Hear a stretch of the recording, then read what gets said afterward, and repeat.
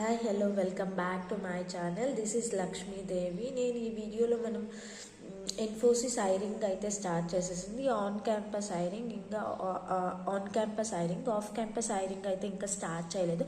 So on campus announcement అయితే కాలేజెస్కి అయితే send చేసింది. మేబీ ఈ వీక్ నవంబర్ మంత్లోనే స్టార్ట్ చేస్తుంటారు.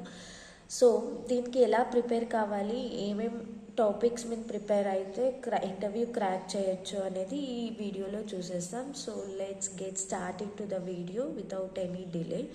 సో మీరు ఎవరైనా నా వీడియో ఫస్ట్ టైం చూస్తుంటే please do like, share and subscribe చేసుకోండి. మళ్ళీ ఎలాంటి వీడియోస్ కావాలి అని కమెంట్ సెక్షన్లో కమెంట్ చేయండి. సో ఈ వీడియో అవుట్లైన్ ఏముంటుందంటే just like on campus, Infosys on క్యాంపస్కి ఎలా ప్రిపేర్ కావాలి, ఏమేమి టాపిక్స్ మీద ప్రిపేర్ కావాలి, తర్వాత ఏం రోల్కి వీళ్ళు హైర్ చేస్తారు, తర్వాత ఎంత ప్యాకేజ్ ఉంటుంది, తర్వాత ఏమేమి రౌండ్స్ ఉంటుంది అండ్ ఇన్ డీటెయిల్గా నేను మీకు ఎక్స్ప్లెయిన్ చేస్తాను ఈ వీడియోలో. So without any let's get starting to the video. First వచ్చేసి ఆన్ క్యాంపస్ అంటేనే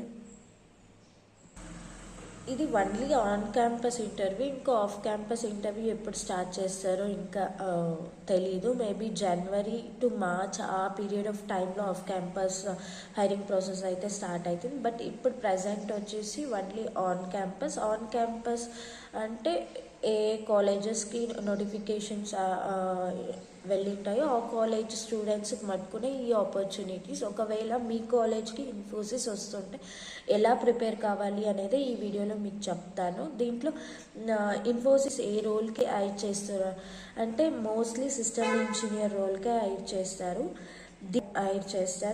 మోస్ట్లీ సిస్టమ్ ఇంజనీర్ రోల్కే హైర్ చేస్తారు. లేకపోతే స్పెషలిస్ట్ ప్రోగ్రామ్ అని అసిస్టెంట్ సిస్టమ్ ఇంజనీర్ రోల్కి అయితే హైర్ చేస్తారు. దీంట్లో ఏం మీద వర్క్ చేస్తారు మీరు బేసిక్గా అంటే జావా డెవలపర్ లేకపోతే వెబ్ డెవలపర్, సాఫ్ట్వేర్ టెస్టర్, ఆ రోల్స్కి మీరు వర్క్ చేసేలాగా ప్రాజెక్ట్స్ అయితే ఉంటాయి. ఇది basic assistant system engineer role అంటే ఈ ప్రాజెక్ట్స్కి అయితే వర్క్ చేస్తారు. దీని ప్యాకేజ్ వచ్చి మీకు ఇంజనీర్ ప్యాకేజ్ వచ్చి మీకు 3.6 lakhs per annum ఆ ప్యాకేజ్ ఉంటుంది.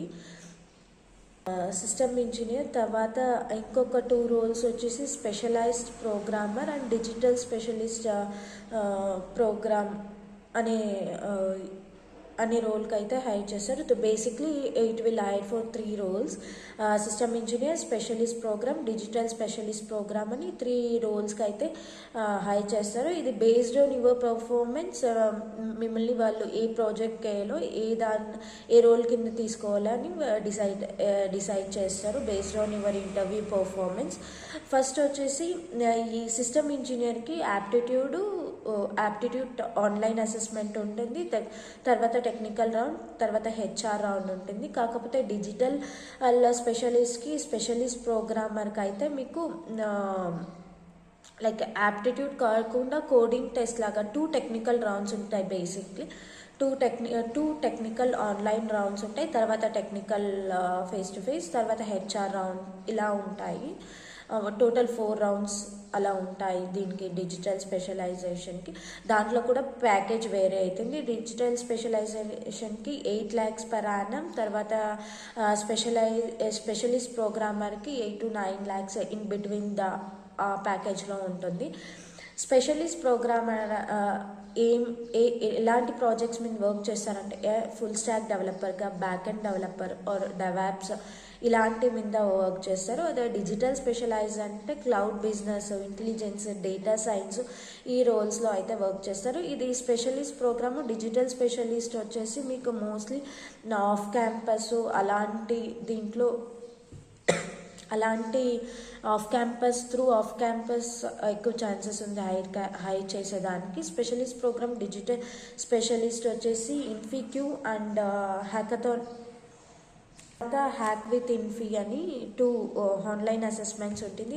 దాని మూలంగా పోతే అలాంటి ప్యాకేజెస్ మీకు దొరుకుతుంది. ఆన్ క్యాంపస్ వచ్చేసి జస్ట్ మీకు యాప్టిట్యూడ్ టెస్టే ఉంటుంది.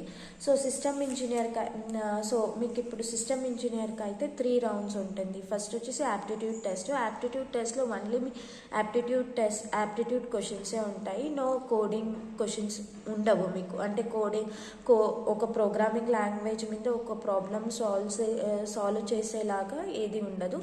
జస్ట్ యాప్టిట్యూడ్ క్వశ్చన్స్ లాగే అన్నీ ఉంటాయి. దాంట్లో ఏమేమి టాపిక్స్ ప్రిపేర్ కావాలో పర్టికులర్గా నేను చెప్పే టాపిక్స్ మటుకు ప్రిపేర్ అయితే చాలు. ఆ టాపిక్స్ ప్రిపేర్ అయితే యాప్టిట్యూడ్ రౌండ్ క్లియర్ చేయొచ్చు. సో నెక్స్ట్ వచ్చేసి సెకండ్ రౌండ్ వచ్చేసి టెక్నికల్ రౌండ్ ఉంటుంది. దాంట్లో ఏమేమి టాపిక్స్ ప్రిపేర్ అయితే ఆ రౌండ్ క్లియర్ చేయొచ్చు. హెచ్ఆర్ రౌండ్ బిహేవియరల్ రౌండ్ అది వచ్చేసి. So basically aptitude test technical round మీరు క్లియర్ చేశారంటే హెచ్ఆర్ రౌండ్ ఈజీగా క్లియర్ చేయొచ్చు. సో ఇప్పుడు వచ్చేసి యాప్టిట్యూడ్ రౌండ్లో ఏమేమి ప్రిపేర్ చేయాలి, ఎలాంటి టాపిక్స్ మీద కాన్సన్ట్రేట్ చేయాలి అనేది చెప్తాను మీకు. ఇక్కడ స్క్రీన్ మీద డిస్ప్లే చేస్తాను ఏమేమి టాపిక్స్ అంతా ప్రిపేర్ కావాలో అనేసి. ఫస్ట్ వచ్చేసి ఈ యాప్టిట్యూడ్ టెస్ట్లో మీకు 50 to 60 క్వశ్చన్స్ ఇస్తారు. 100 minutes టైం ఇస్తారు. సో ఇది వచ్చేసి సెక్షన్స్గా డివైడ్ చేస్తారు. ఫస్ట్ వచ్చేసి సెక్షన్ నెంబర్ 1 వచ్చేసి రీజనింగ్ ఎబిలిటీ. దీంట్లో వచ్చేసి మీకు నెంబర్ ఆఫ్ క్వశ్చన్స్ వచ్చేసి 15 to 20 questions, 25 minutes of time ఇస్తారు. దీంట్లో రీజనింగ్ ఎబిలిటీలో ఎలాంటి టాపిక్స్ మీరు ప్రిపేర్ కావాలంటే బేసిక్లీ 5 సెక్షన్స్గా డివైడ్ చేస్తారు ఈ యాప్టిట్యూడ్ రౌండ్లో. ఫస్ట్ వచ్చేసి లాజికల్లో. దీంట్లో 20 to 25 క్వశ్చన్స్ అయితే ఉంటాయి. తర్వాత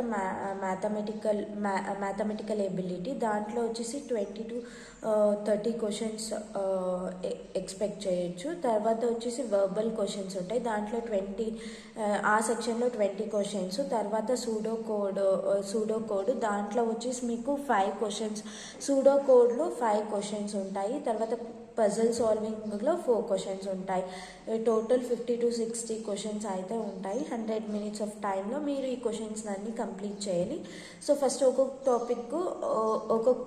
ఒక్కొక్క టాపిక్లో ఏమేమి టాపిక్స్ చదవాలో చూసాం. ఫస్ట్ వచ్చేసి లాజికల్ టాపిక్లో ఎలాంటి క్వశ్చన్స్, ఎలాంటి టాపిక్స్ మీరు కవర్ చేయాలంటే arrangements, puzzles, syllogisms, coding, decoding, number series.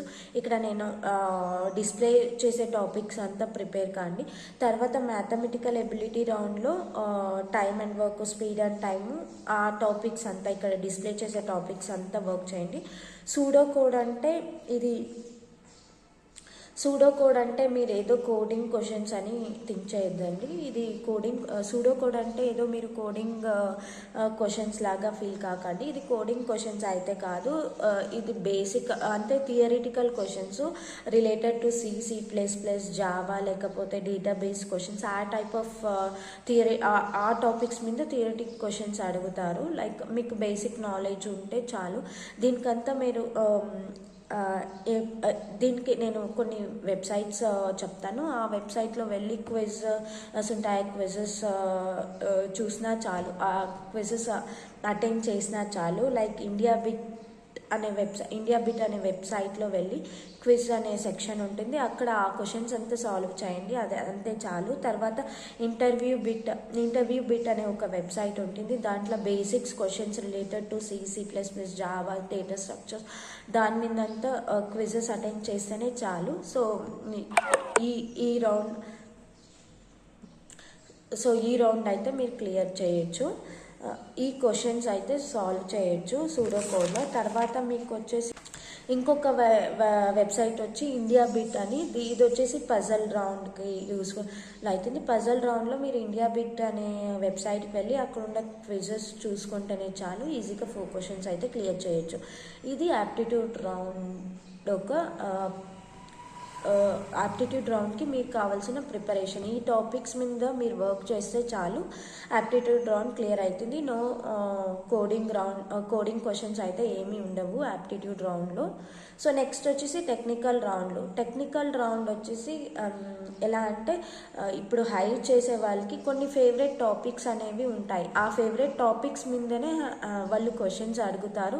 అది బేసిక్స్ క్వశ్చన్స్ అడుగుతారు, మీకు ఏమి ఇన్ డెప్త్ క్వశ్చన్స్ అడగరు. సో బేసిక్గా ఇది వచ్చేసి థియరిటికల్ రౌండింగ్గా ఉంటుంది. టెక్నికల్ రౌండ్ ఎలాంటి క్వశ్చన్స్ అడుగుతారో, ఏమేమి టాపిక్స్ మీరు ప్రిపేర్ అయితే చాలు అనేది నేను స్క్రీన్ మీద మెన్షన్ చేస్తాను. ఆ టాపిక్స్ మటుకు ప్రిపేర్ అయితే చాలు. సో ఇన్ డెప్త్ బేసిక్ నుంచి మీరు బాగా ప్రిపేర్ అయితే, so already CSC background or IT background ఉండే వాళ్ళైతే వాళ్ళకి ఆల్రెడీ ఇవి గో త్రూ చేసుకుంటే చాలు. Other than CS and IT department వేరే బ్యాక్గ్రౌండ్ నుంచి వేరే బ్రాంచెస్ వాళ్ళు అయితే ఈ టాపిక్స్ మటుకు ప్రిపేర్ అయితే చాలా. ఓకే, నెక్స్ట్ వచ్చేసి తర్వాత ఇదే టెక్నికల్ రౌండ్లో మీకు మీరు ఏమేమి ప్రాజెక్ట్ చేశారు, ప్రాజెక్ట్ రిలేటెడ్ క్వశ్చన్స్ అయితే అడుగుతారు. అంటే థర్డ్ ఇయర్ ఫోర్త్ ఇయర్లో ప్రాజెక్ట్ చేసింటారు కదా, ఆ ప్రాజెక్ట్ రిలేటెడ్ క్వశ్చన్స్ అడుగుతారు. సో మీ ప్రాజెక్టు ఎలాంటి క్వశ్చన్స్ అంటే మీ ప్రాజెక్ట్ ఎందుకు యూజ్ అవుతుంది, ఎండ్ యూజర్కి ఏం రిజల్ట్ ఇస్తుంది, మీ ప్రాజెక్ట్ ఎండ్ యూజర్ రిజల్ట్ ఏంటి, ఎలా యూజ్ చేస్తారు, సో అలాంటి బేసిక్ క్వశ్చన్స్ అయితే అడుగుతారు. సో మీ ప్రాజెక్ట్ గురించి కొంచెం నాలెడ్జ్ అవి అటెండ్ చేస్తే సెకండ్ రౌండ్ ఆ రౌండ్లు కూడా క్లియర్ చేయొచ్చు. తర్వాత హెచ్ఆర్ రౌండ్లో జనరల్ క్వశ్చన్స్ ఉంటుంది, like behavioural questions. Second round కొంచెం బిహేవియరల్ క్వశ్చన్సే ఉంటాయి. So after 5 years where you will see yourself in your career, అలాంటి క్వశ్చన్స్, లేకపోతే అలాంటి క్వశ్చన్సే ఎక్కువ అడుగుతారు అన్ని ఆర్గనైజేషన్లో. HR rounds behavioural questions. So దానికి వచ్చేసి మీరు ఇంటర్వ్యూ బిట్ అనే ఒక వెబ్సైట్లో మీరు హెచ్ఆర్ రౌండ్ రిలేటెడ్ క్వశ్చన్స్ చూసుకుంటేనే చాలు. అంటే ఈ వీడియో ఎండ్కి అయితే వచ్చేసాము. లైక్ ఇన్ఫోసిస్ ఆన్ క్యాంపస్ ఇంటర్వ్యూకి ఏమేమి ప్రిపేర్ కావాలో అన్ని డీటెయిల్స్ నేను చెప్పాను. సో ఈ ప్యాటర్న్, ఈ టాపిక్స్ మీద మీరు ప్రిపేర్ అయితే ఆన్ క్యాంపస్ అయితే మీరు క్రాక్ చేయొచ్చు. సో తర్వాత ఆఫ్టర్ ఒకవేళ ఆఫ్ క్యాంపస్కి ఎలా ప్రిపేర్ చేయాలంటే, off campus different way prepare చేయాలి. Because infinity and hack with infinity అనే టూ అసెస్మెంట్స్ అయితే జరుగుతాయి. ఏదైనా ఒక అసెస్మెంట్సే ఉంటుంది. దాంట్లో వచ్చేసి మీకు టెక్నికల్ రిలేటెడ్ అంటే కోడింగ్ రాయమనే చెప్తారు. సో దానికి ప్రిపేర్ కావాలి ఆఫ్ క్యాంపస్. సో ఆఫ్ క్యాంపస్కి సపరేట్ వీడియో కావాలి అంటే నేను కింద కమెంట్స్ చేయండి. సో నేను ట్రై చేస్తాను ఆఫ్ క్యాంపస్కి ఎలా ప్రిపేర్ కావాలో అని, ఏమేమి టాపిక్స్ మీద మీరు వర్క్ చేయాలో అని. సో బేస్డ్ ఆన్ దట్ మీరు ప్రిపేర్ కావచ్చు. తర్వాత వన్స్ మీరు ఆన్ క్యాంపస్లో ఒకవేళ సెలెక్ట్ అయితే మీకు ఆఫర్ లెటర్లో సెలెక్ట్ అయిన తర్వాత వాళ్ళు ఇన్ఫోసిస్ వాళ్ళు మీకు ఒక ట్రైనింగ్ ప్రొవైడ్ చేస్తారు. లైక్ 4 to 6 months ట్రైనింగ్ ఉంటుంది. ఈ ట్రైనింగ్ వచ్చి మీకు మైసూర్లో జరుగుతుంది. సో అంటే సెలెక్ట్ అయ్యి జాయిన్ అయ్యే వరకు మీకు తెలీదు, మీకు ఒక ట్రైనింగ్ ఉంటుంది, తర్వాత 6 months ట్రైనింగ్ ఉంటుంది. ఆ 6 months అయిన తర్వాత ఒక ఎగ్జామ్ ఉంటుంది. ఆ ఎగ్జామ్లో పాస్ అయితేనే మీకు ప్రాజెక్ట్ దొరుకుతుంది అని అంతవరకు మీకు తెలీదు. బట్ నేను చెప్తున్నాను, లైక్ ఇన్ఫోసిస్ సెలెక్ట్ అయినాక జాయిన్ అయిన తర్వాత మీకు 4 to 6 months ఒక ట్రైనింగ్ పెడతారు. ఆ ట్రైనింగ్లో మీకు ఫస్ట్ వచ్చేసి మీకు జనరల్ థింగ్స్ ఏమేమి అని చెప్పిస్తారు. తర్వాత సెకండ్ హాఫ్లో వచ్చేసి మీకు ప్రాజెక్ట్ రిలేటెడ్ టెక్నాలజీస్ అయితే నేర్పిస్తారు. అదైన తర్వాత మీకు ఒక ఎగ్జామ్ లాగా పెడతారు, ఆన్లైన్ అసెస్మెంట్ లాగా పెడతారు. దాంట్లో మీకు పాస్ అయితేనే మీకు ప్రాజెక్ట్ దొరుకుతుంది.